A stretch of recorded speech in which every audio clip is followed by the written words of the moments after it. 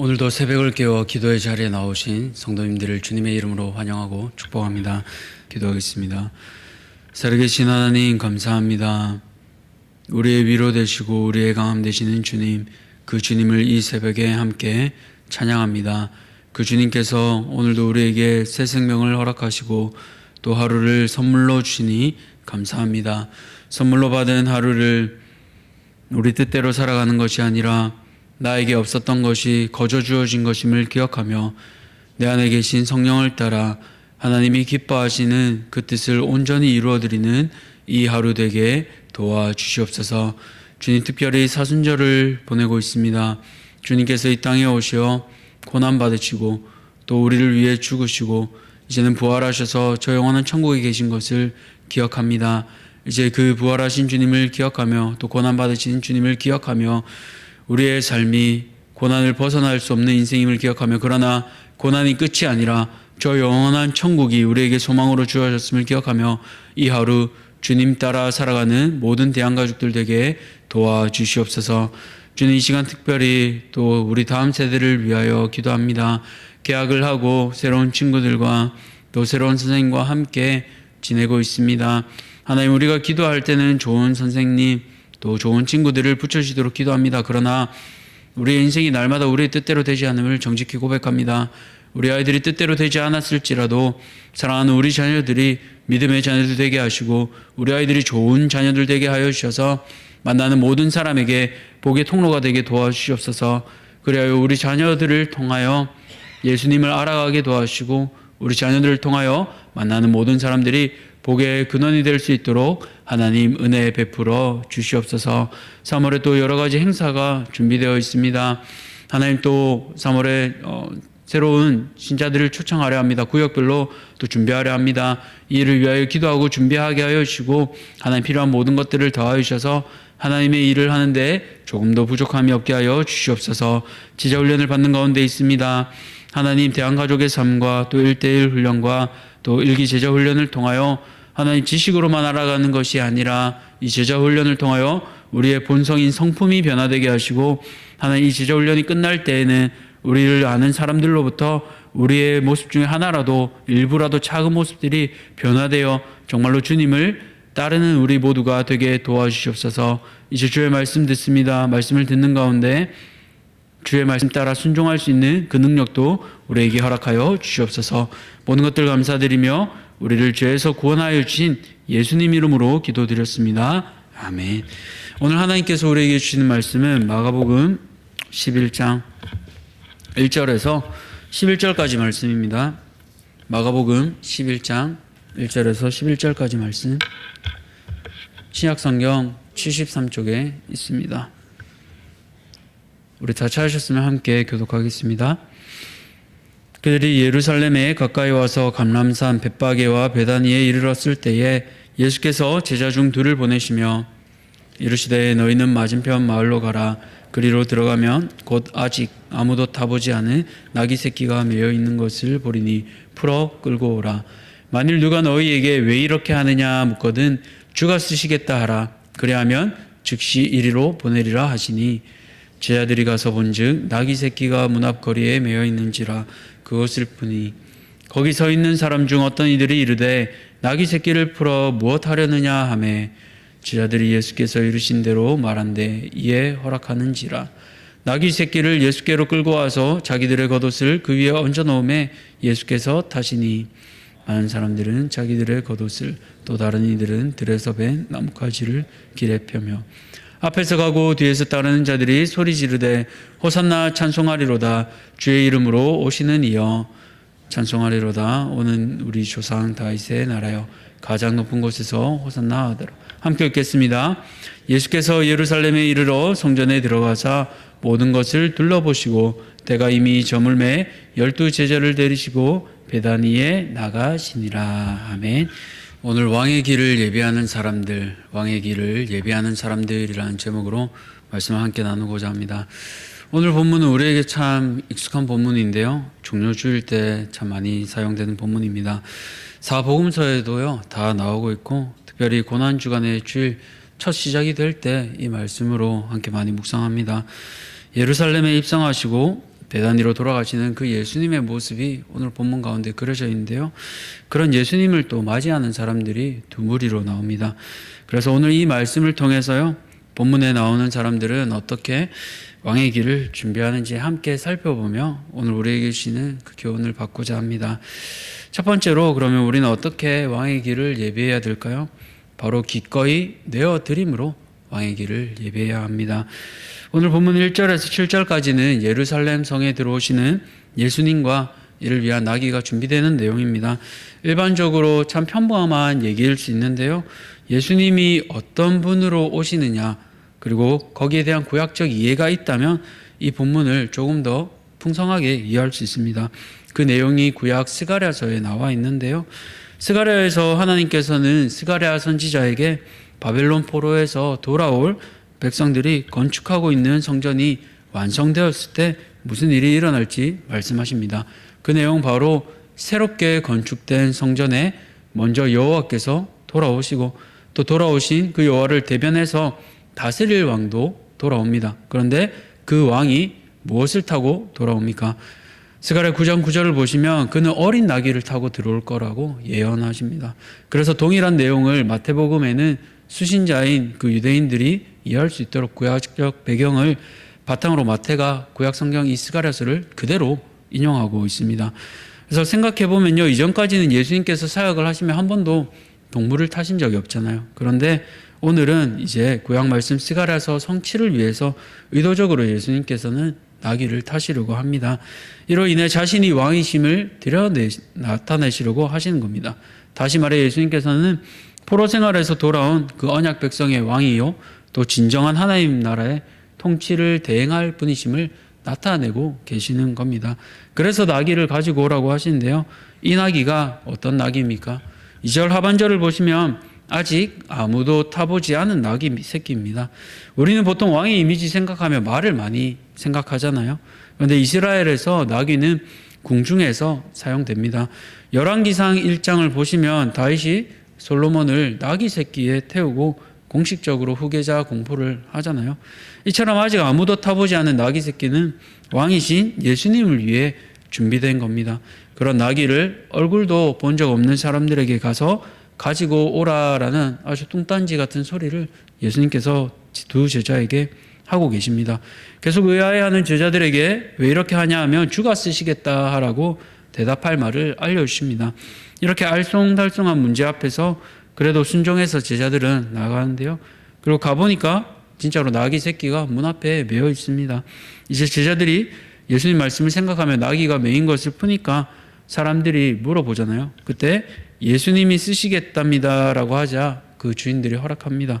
참 신기하지요. 이 말씀을 묵상하다가 그런 생각이 들었습니다. 어떻게 나귀 주인들은 처음 보는 그 제자들을 보며 선뜻 나귀를 내어줄 수 있었을까? 그 말에 대한 힌트를 저는 3절 하반절에서 찾습니다. 바로 주가 쓰시겠다 하라. 다른 말이 필요가 없습니다. 주가 쓰시겠다 하라. 왜 이 말에 선뜻 주인들은 나귀를 내놓을 수 있었을까요? 한 번도 타지 않은 나귀인데요. 우리로 치면요, 예약하고 새로 받은 자동차예요. 성도님들 차 오랫동안 타시다가 새 차 받으시면 처음 운전 저한테 맡기실 분 계십니까? 아마 다들 겸손하셔서 운전을 맡기진 않고 그냥 목사님 뒤에 타시지요 하면서 태워주실 수는 있을 것 같아요. 근데 운전대를 저한테 맡기진 않을 것 같습니다. 왜요? 주인이 제가 아니잖아요. 제가 혹시 실수라도 해서 이제 막 받은 새 차 끌으면 서로 마음이 안 좋아지지 않겠습니까? 그리고 비싸잖아요. 마찬가지입니다. 나귀도 그렇게 저렴하진 않았을 겁니다. 경우에 따라 몇 개월 또 몇 년을 일해야 살 수 있었을 겁니다. 우리가 차 사면 5년 할부하듯이요. 그런 나귀를 선뜻 드린다는 것 결코 쉽지 않은 일입니다. 그런데 주가 쓰시겠다라는 말씀에 주인은 내어드립니다. 왜요? 주인을 아니까요. 유대인들이 구약 성경 다음으로 토라 다음으로 열심히 보는 책은 미시나라고 하는 책인데요. 구약 성경을 잘 해석해 놓은 참고서 정도로 생각하시면 됩니다. 제자들이 손 안 씻고 먹을 때 바리새인들이 장로들의 유전 언급하잖아요.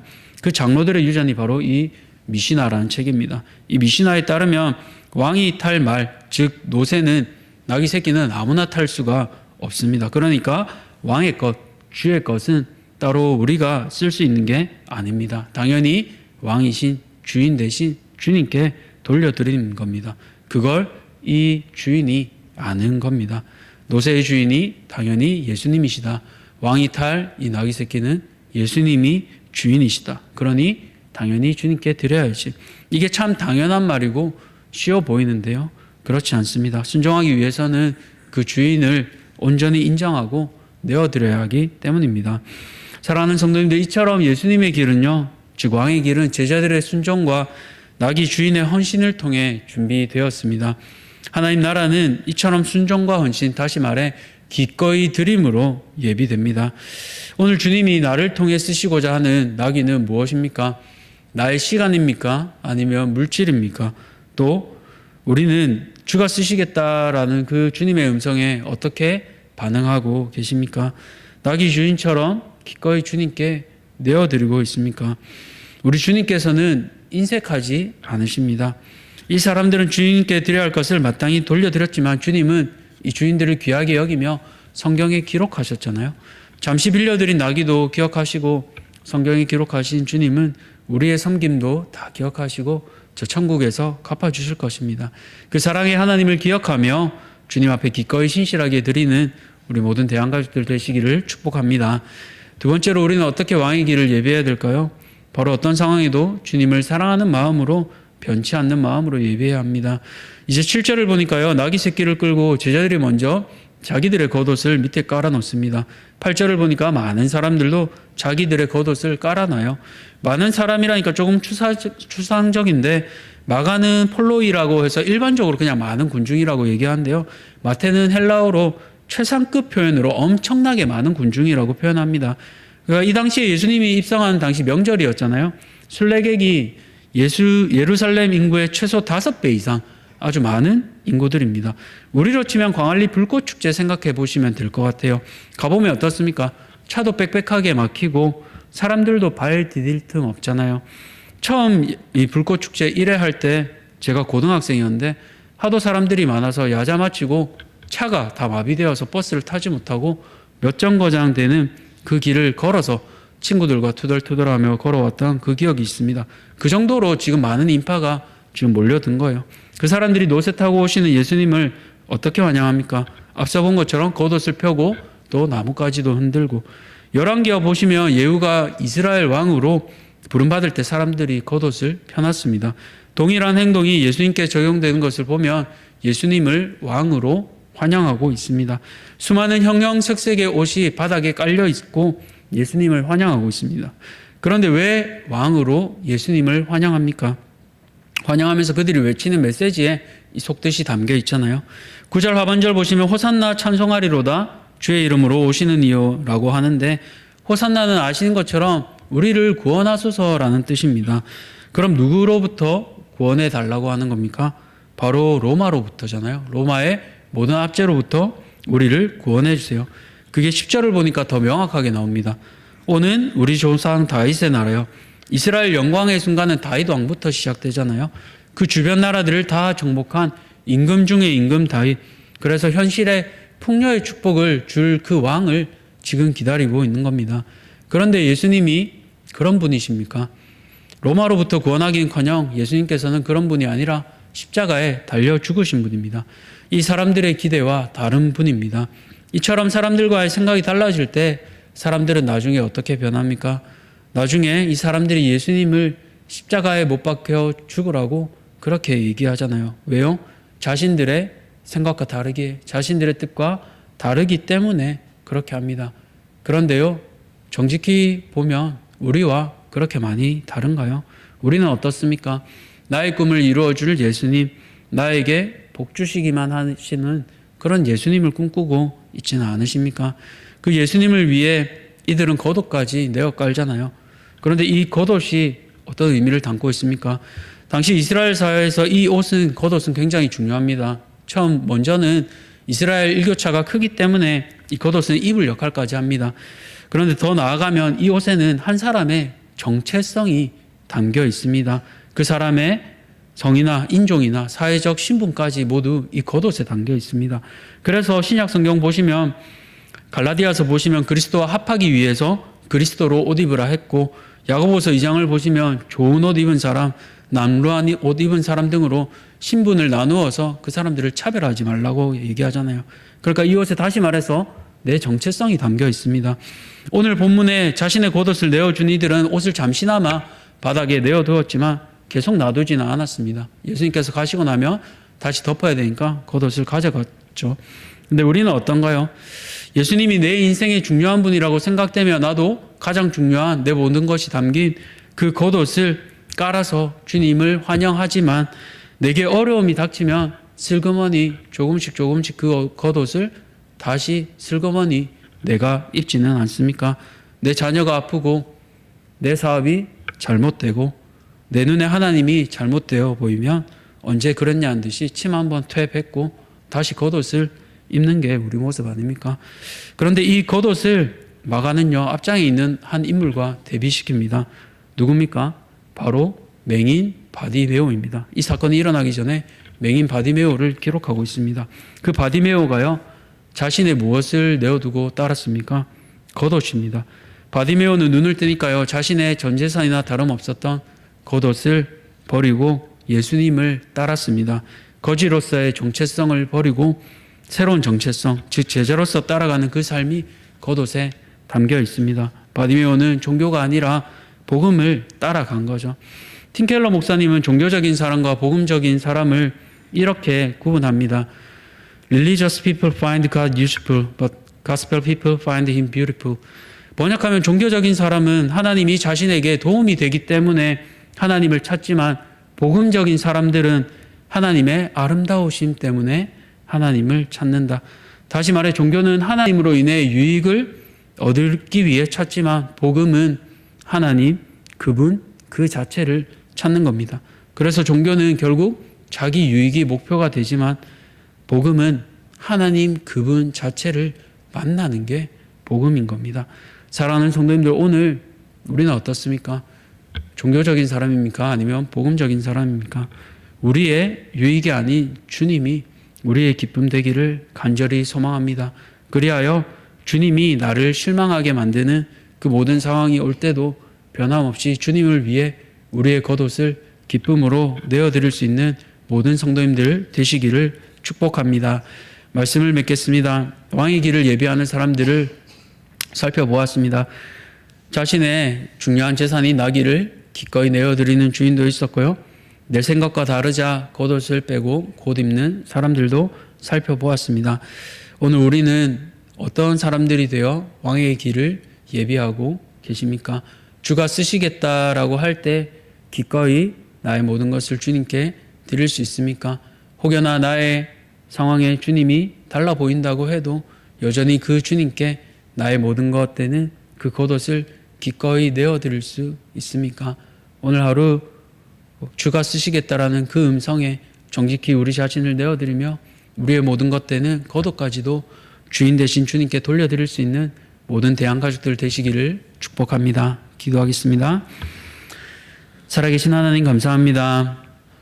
주가 쓰시겠다라고 하는 그 음성에 우리는 어떻게 반응하고 어떻게 정직히 대답하고 있습니까? 주님, 우리는 정직히 주님 앞에 드리기가 참 어려운 사람들입니다. 우리 앞에 시련이 오고 어려움이 오면 주님을 붙잡는 그 힘이 손목에 힘이 풀리기도 하고 그 발에 힘이 빠지기도 합니다. 그러나 주님, 작은 섬김을 기억하시고 주님께서 그것을 성경에 기록하셨음을 기억합니다. 우리의 모든 수고도 주님께서 기억하시고 저 천국에서 갚아줄 것을 기억합니다.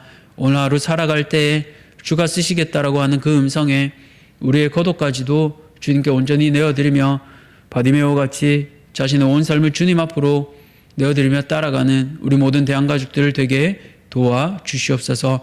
그 힘은 우리의 힘에 있지 않고 성령 충만함에 있습니다. 오늘 하루도 내 안에 내주하시는 그 성령께 우리의 인생을 맡겨드리며 성령께서 인도하시는 그 길로 따라가는 우리 모든 성도들 되게 도와주시옵소서. 모든 것들 감사드리며 우리를 죄에서 구원하여 주신 예수 그리스도 이름으로 기도드렸습니다. 아멘. 하늘에 계신 우리 아버지여, 이름이 거룩히 여김을 받으시오며 나라가 임하시오며 뜻이 하늘에서 이루어진 것 같이 땅에서도 이루어지이다. 오늘 우리에게 일용할 양식을 주셨고 우리가 우리에게 죄 지은 자를 사하여 준 것 같이 우리 죄를 사하여 주셨고 우리를 시험에 들게 하지 마시었고 다만 악에서 구하시옵소서. 나라와 권세와 영광이 아버지께 영원히 있사옵나이다. 아멘. 오늘은 부산 서강교회 조신일 목사님을 위해 기도하겠습니다. 먼저 첫 번째로는 동력자들이 지속적으로 연결될 수 있도록 기도해 주시고요. 두 번째로는 57 선교회 총무 사역을 잘 감당할 수 있도록, 또 세 번째로 함께 모여드리는 예배가 하나님께 영광이 될 수 있도록 우리 부산 서강교회 조신일 목사님을 위해서 기도해 주시기 바랍니다. 또 개인의 기도 제목을 가지고 함께 기도의 자리로 나아가겠습니다. 기도하시겠습니다.